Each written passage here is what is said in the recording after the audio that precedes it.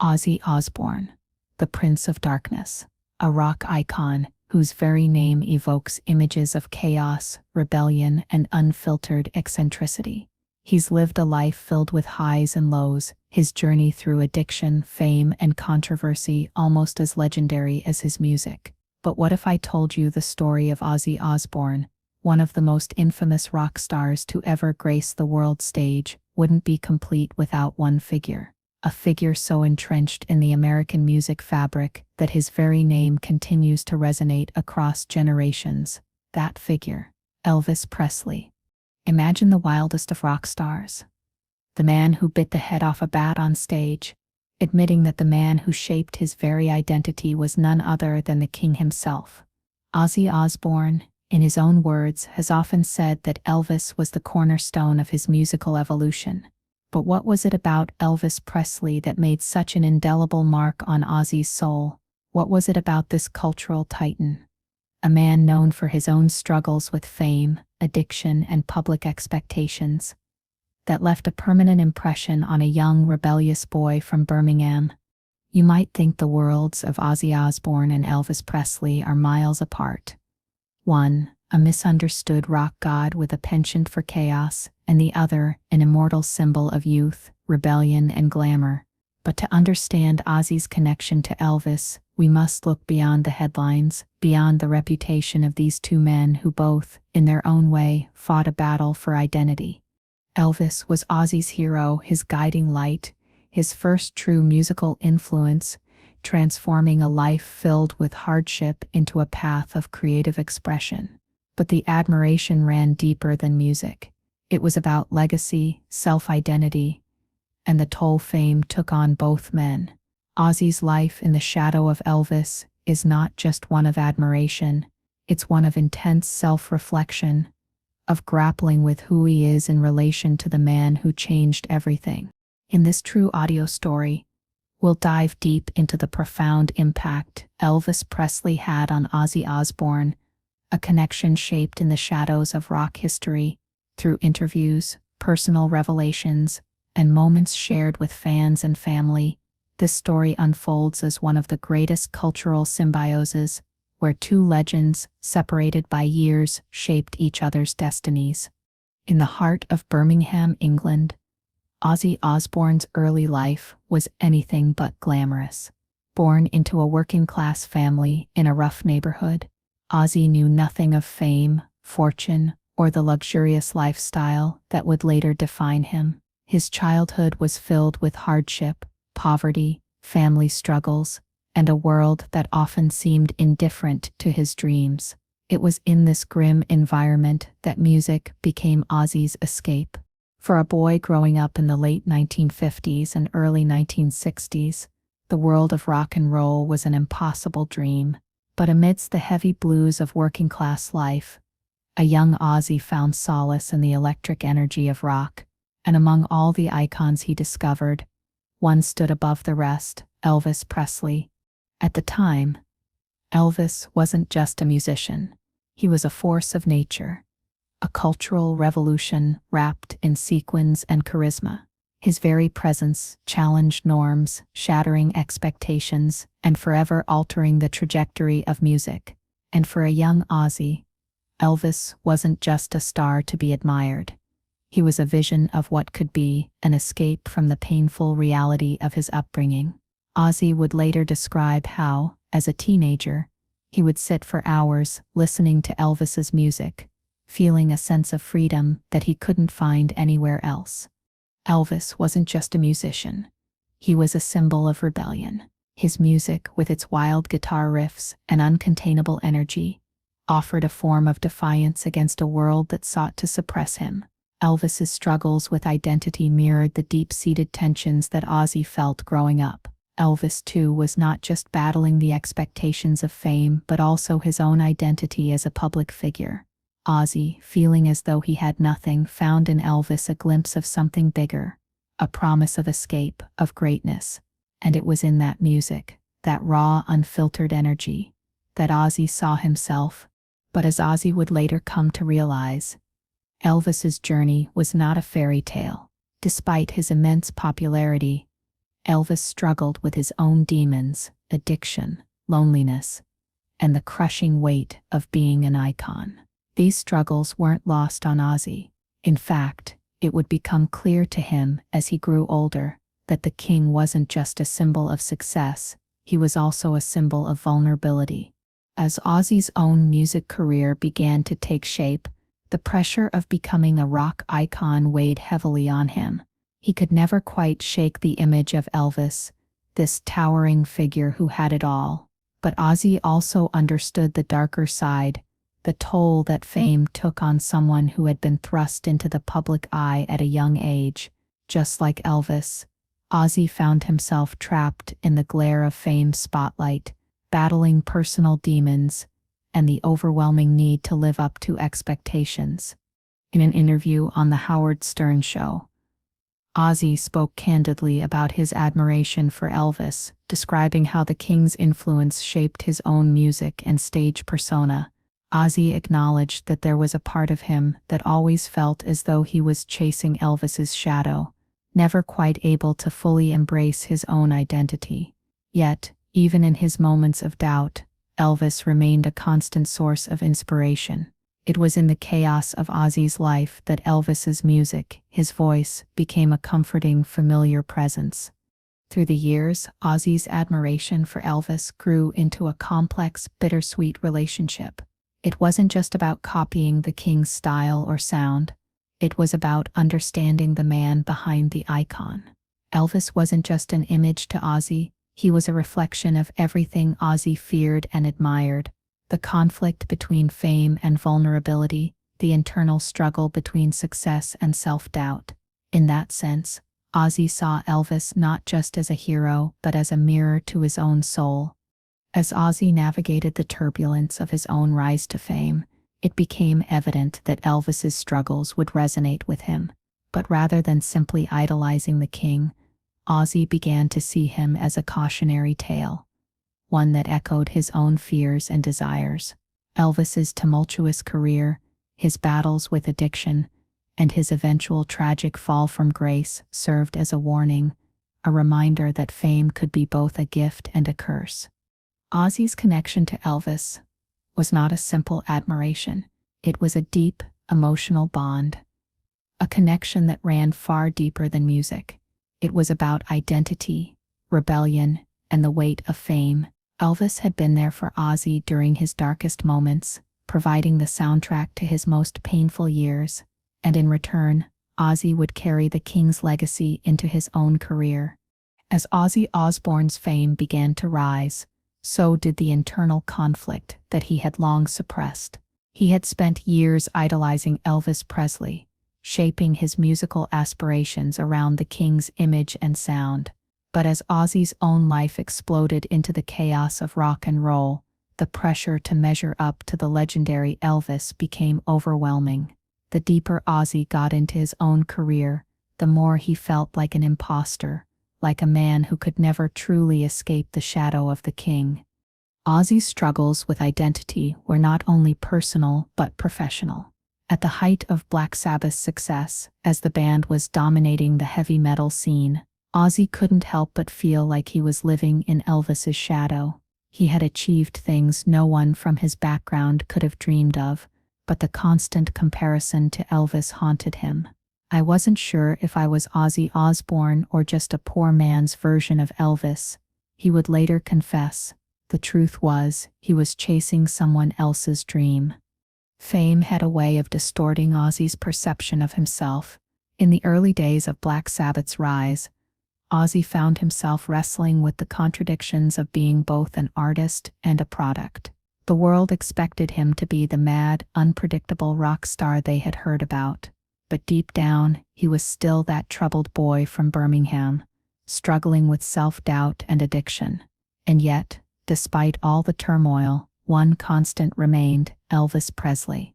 In an unforgettable moment on The Howard Stern Show, Ozzy admitted that Elvis's legacy haunted him. He wasn't just a fan. He was someone whose very essence had been woven into the fabric of Ozzy's music. But in this haunting, there was a tension, a war within Ozzy's mind. While he revered Elvis, He also resented the weight of that admiration.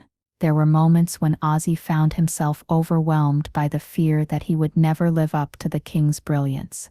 The pressure to be Elvis, to carry the mantle of rock and roll royalty, consumed him. Every time he took the stage, every time he went into the studio, Ozzy felt like he was competing with a ghost. But the deeper Ozzy went into his personal struggles, the more he began to realize something. He wasn't just haunted by Elvis. He was haunted by the version of himself he thought he should be.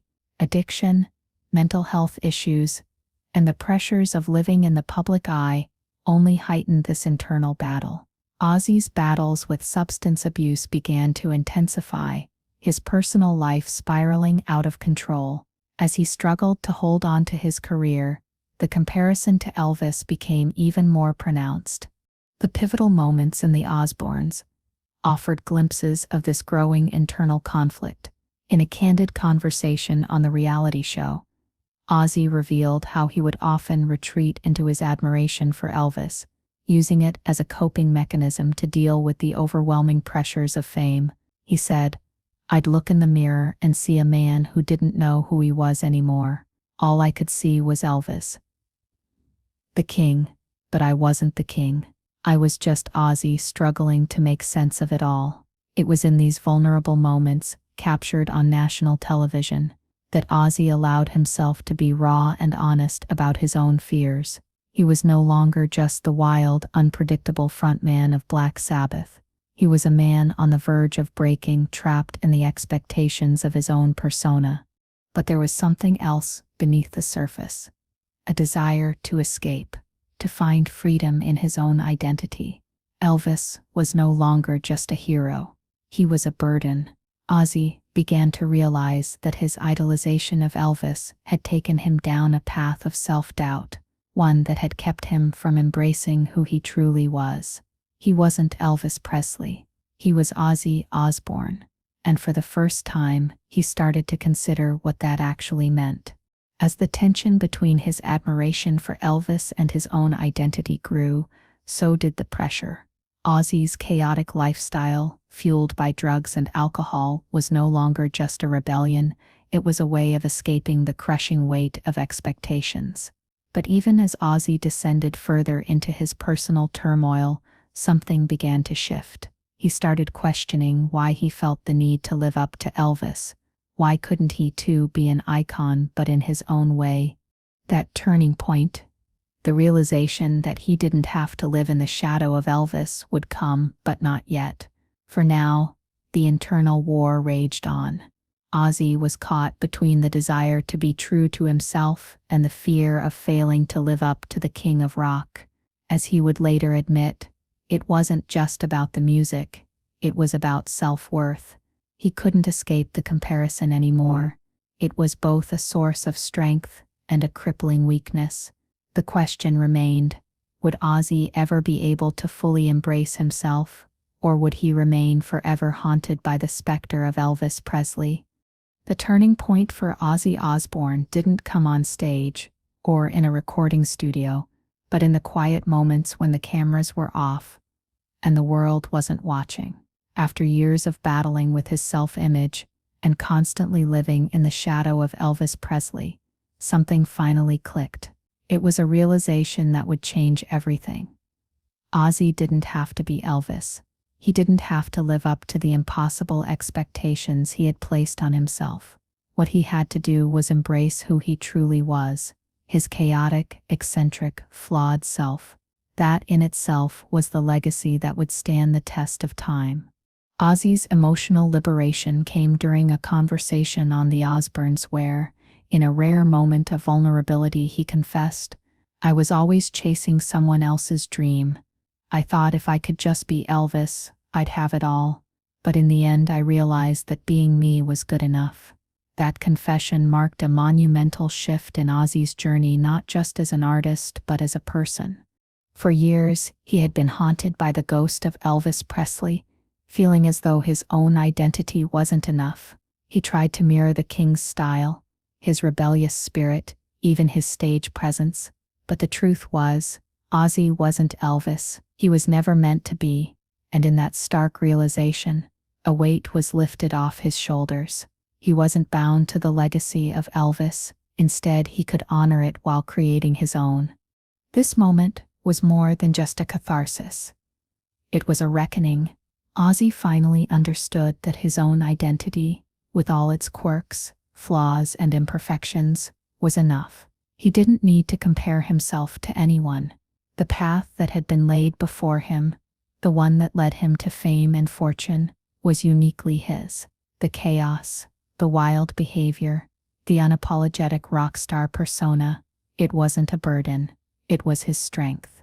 And with that, he could honor Elvis, not by imitating him, but by channeling the very essence of what made Elvis so iconic, the courage to be unapologetically himself. This transformation didn't happen overnight. Of course, the road to self-realization is rarely that simple. Even as Ozzy began to accept who he was, there were still moments of doubt, moments when the fear of not living up to the rock star expectations would creep back in. But Ozzy had taken the first step, the step toward embracing himself, and in doing so he began to free himself from the chains of comparison.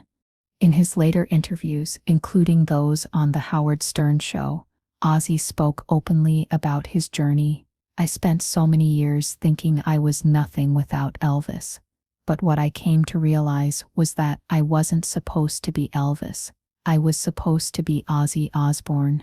There was a weight in his voice when he said it, a recognition that the man who had once been consumed by the shadow of Elvis was now standing firmly in the light of his own identity.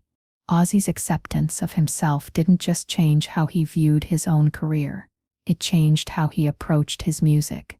The chaotic, rebellious energy that had once been a defense mechanism against his insecurities was now a part of his authentic self.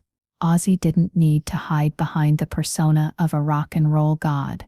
He was that god, but he was also a man who had struggled, who had fallen, and who had finally learned to rise on his own terms. This moment of realization wasn't just a personal victory. It was a turning point in Ozzy's legacy.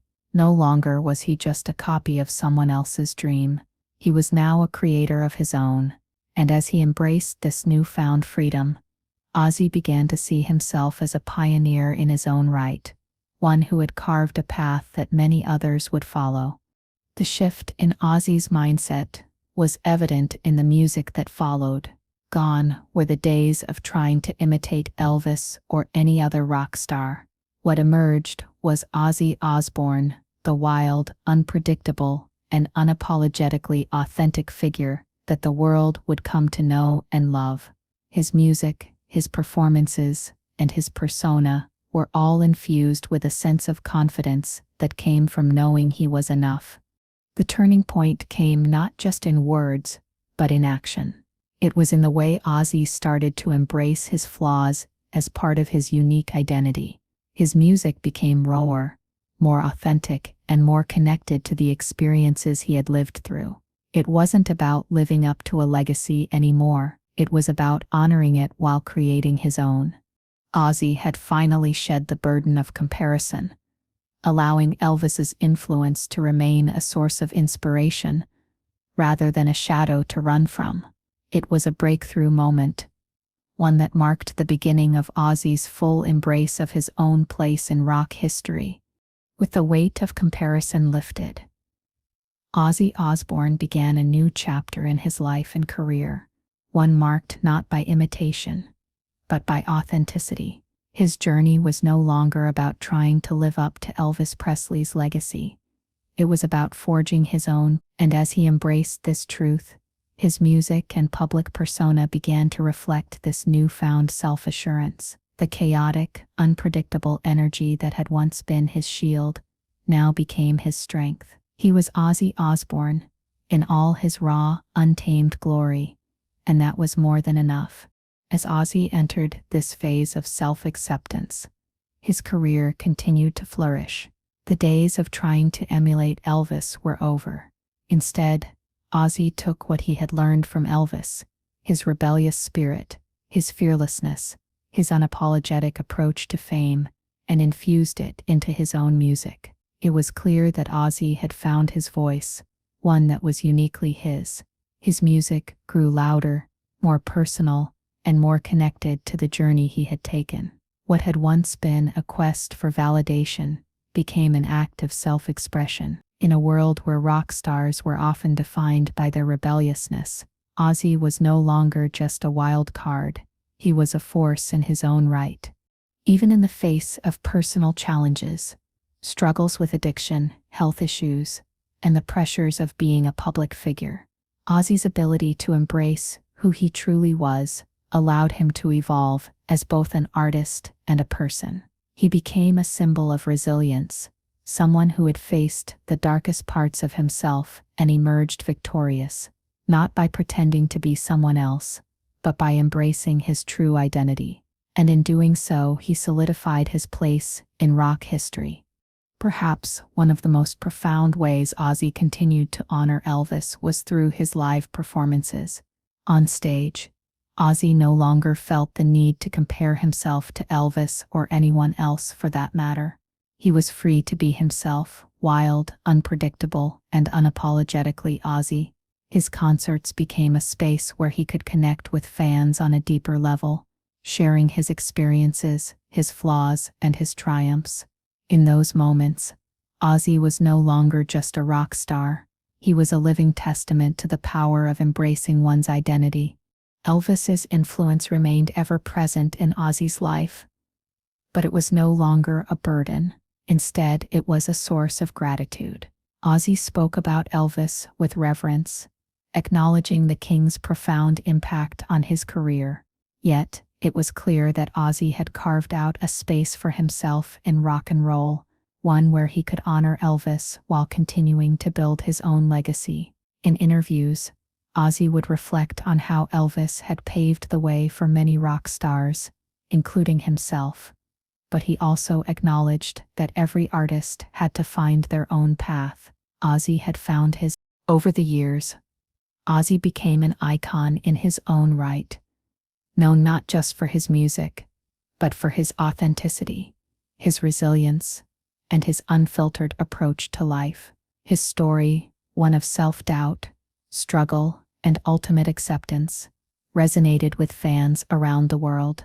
Ozzy Osbourne was no longer the shadow of Elvis Presley. He had become a legend in his own right, creating a legacy that would inspire future generations.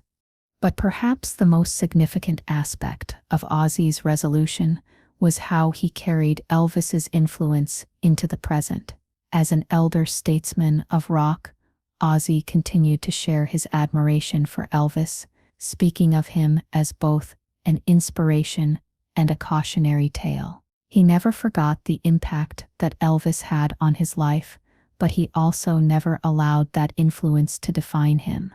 In his interviews, his music, and his public persona, Ozzy became a voice of wisdom, someone who had been through the trials of fame, addiction, and self-doubt, and had come out on the other side stronger, truer to himself, and forever grateful for the King who had inspired him. In the aftermath of his self-realization, Ozzy's legacy was cemented. He was no longer just the wild, chaotic figure that had once lived in the shadow of Elvis. He was a rock god in his own right, a man who had walked through the darkness and emerged victorious. And though he would always respect the King, he had finally learned to respect himself. In the years that followed, Ozzy's influence would only grow. He would continue to inspire not just musicians, but anyone who ever struggled with self-doubt or the weight of expectations. His story became a beacon of hope for those who had been lost in the shadows, reminding them that it was never too late to find their own path, to be true to themselves, and to live their life on their own terms. Ozzy Osbourne's journey is a testament to the power of self-acceptance. He went from being a boy haunted by the legacy of Elvis Presley, feeling inadequate and lost in his shadow, to becoming one of the most iconic figures in rock history. His story is not just one of fame and rebellion, but of deep personal transformation. A transformation that came when he realized the most important thing he could ever be was himself. In the end, Ozzy's story teaches us that greatness isn't about trying to be someone else. It's about accepting who you are, flaws and all, and forging your own path forward. Elvis Presley may have been Ozzy's hero, but it was Ozzy who had to find his own identity. The lesson here is powerful. The road to success is not paved by imitating others, but by embracing your true self, even when the world is expecting you to be someone you're not. As Ozzy embraced his chaotic genius, he allowed himself to be the artist he was always meant to be, no longer weighed down by comparisons. He found peace in the fact that he could honor Elvis without having to be Elvis. And it is in that freedom that Ozzy's true greatness shines. It's a journey of acceptance, of shedding the weight of expectations, and finding the courage to be authentic in a world that often asks for conformity. Ozzy's story is one of triumph, proof that it's possible to emerge from the shadow of giants and create your own legacy. It's a story that resonates with anyone who has ever doubted themselves, who has ever struggled with the weight of comparison, and who has ever wondered if they could be enough. The answer is yes, you can. Now, I want to hear from you. Who has shaped your journey? Who have you looked up to? And how has their influence shaped who you are today? Have you ever found yourself trying to live up to someone else's expectations? Share your thoughts with me in the comments below. Let's talk about the struggles of finding our own identity and the power of embracing who we truly are. If Ozzy's journey has resonated with you, don't forget to like this video, share it with someone who needs to hear this story, and subscribe for more powerful, true audio stories like this. Embrace your own path, and remember, just like Ozzy, you're enough exactly as you are.